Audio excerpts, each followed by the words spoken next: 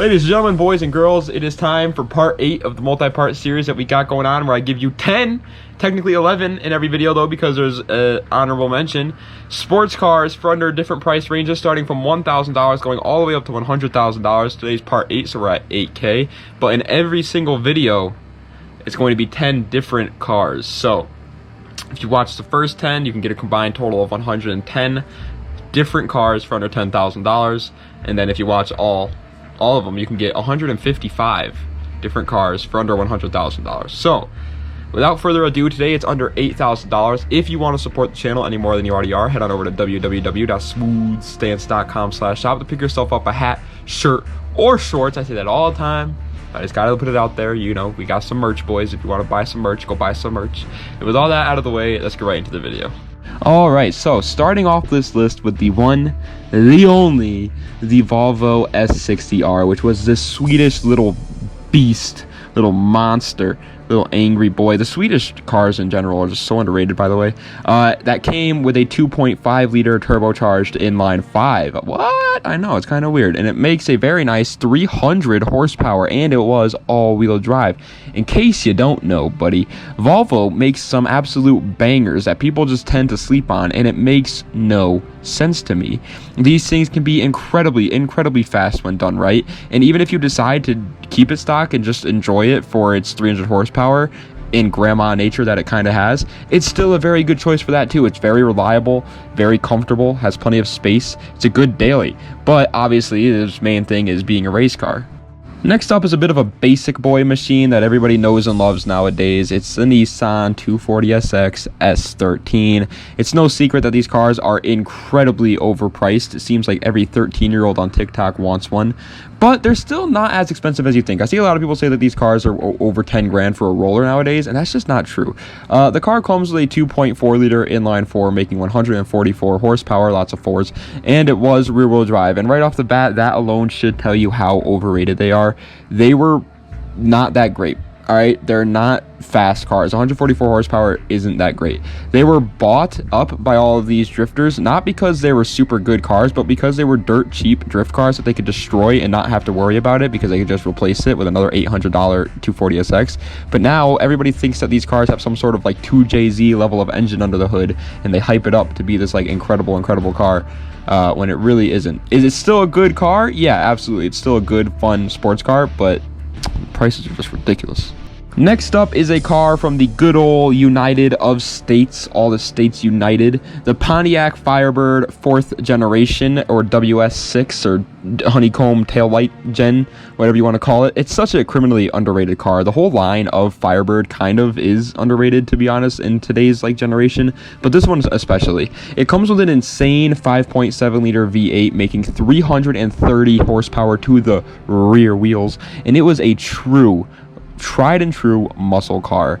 Unfortunately though, during the 90s when this car did come out, the muscle car craze was kind of small, and so nobody really thought that they were cool, and so there's not that many of them out there, but for some reason they're still dirt cheap, so good news for you. That motor is an LS1, so you can build some just absolutely insane, ridiculous power out of them if you want to. Do not sleep on the honeycomb taillights, ladies and gentlemen, or you will get absolutely smoked by it.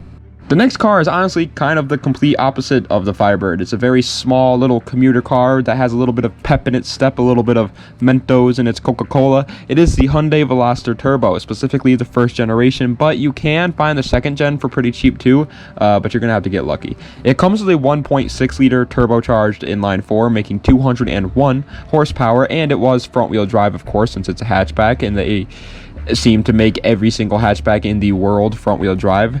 And I want to put it out there really quick. These cars are by no means like one of the fastest cars out there, but they do everything else pretty well. They can be a daily driver, they can be a street car, or they can be an absolute track monster if you want it to. It completely 100% depends on you, your budget, and what you want to do with the car. Plus, they make some pretty cool noises for a 4-banger, apparently, so that's pretty nice. But maybe you want something a bit more unique and different, and you don't want to, when people ask you who your favorite Shrek character is, you don't say Donkey, you say it's Fiona.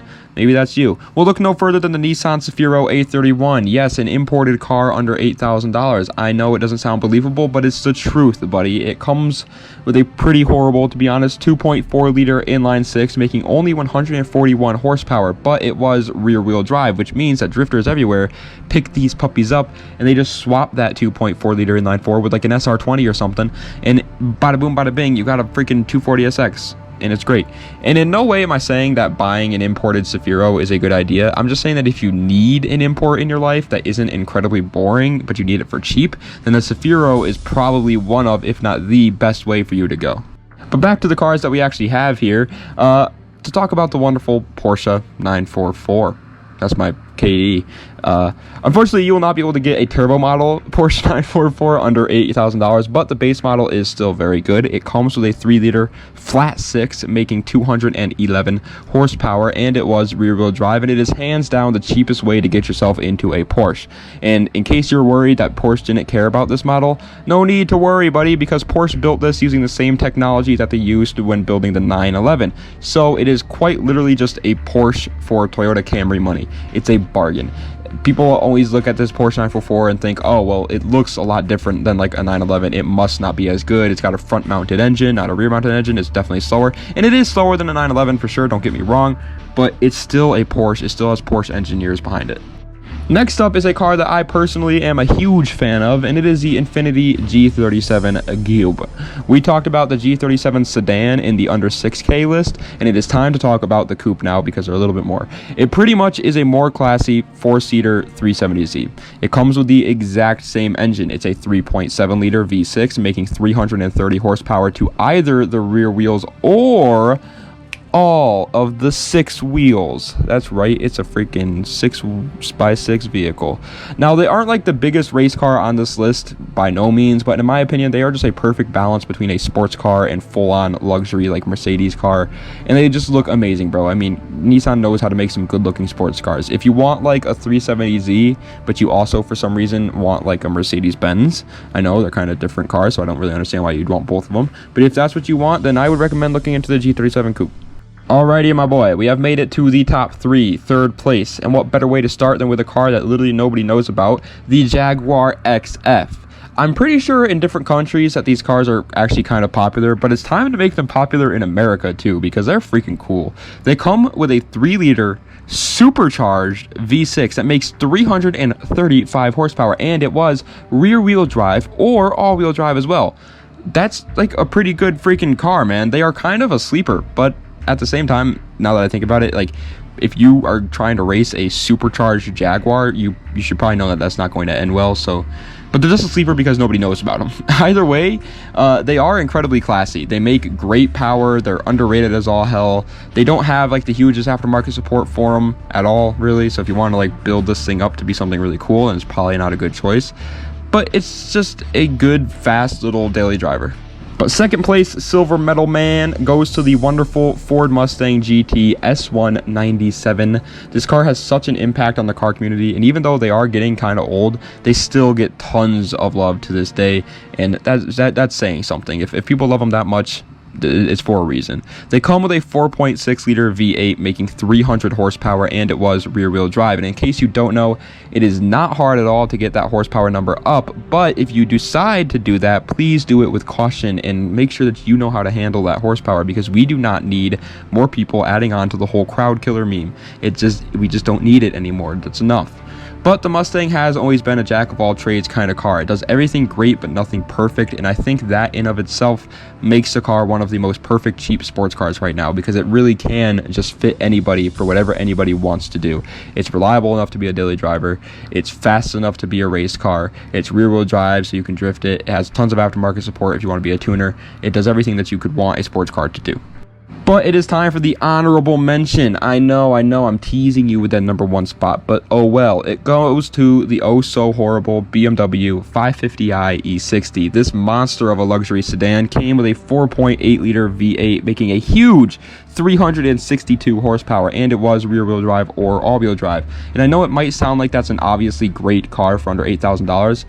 And it really is, but it's just being held down due to its reliability. This whole generation of the 5 Series BMWs, the E60s, tends to have tons of engine problems. And that can just suck. But when they are running, they are an insanely fast, insanely luxurious, very cool looking sedan. But first place has got to go to the Nissan 350Z. Yes, I know, I'm incredibly biased. Mark, you're biased, you just like it because you own one. But hear me out, folks. In my opinion, it is still one of the best cars for less than $10,000 out here, and I stand by that, okay? It comes with a 3.5 liter V6 making 306 horsepower, and it was rear-wheel drive. And a couple of some interesting little features that this car has is it comes with a limited slip differential, making it oh so perfect for drifting and sliding. It also comes with a carbon fiber drive shaft. It also comes with a true dual exhaust, and that motor is actually incredibly reliable too. It was voted, my bad, the most reliable V6 of all time when it came out. So as long as you don't add a useless ass flame tune to it, then you can daily drive this beauty without a worry in the world. And sure, I know what you're about to say, well, the engine isn't that great for building power, and it isn't, but it can hold more than enough, okay? Like, everybody out there is like, oh, I need 700 horsepower in my daily driver. No, you don't. You don't need even 500 horsepower in your daily driver, and a 350Z's motor can handle 500 horsepower, so you'll be good. Anyway, guys, that is the end of today's video. I hope you enjoyed. If you did, please be sure to like, comment, and subscribe to the channel for more. Obviously, next time we're going to be doing part 9 for the under 9K one, and then it's under 10K. But we're going through this series kind of slow. I wanted to go a little bit faster, but I have so many different video ideas that I want to do, so like I'm kind of stuck. So I've been trying to get them out to you guys as evenly as possible too. I don't want to do like budget car, good, bad, and ugly, good, bad, and ugly, good, bad, and ugly. I want to kind of split them up, so I'm trying to do that. But anyway, guys, thank you so much for watching. I appreciate it. Das Vidania. Have a nice night.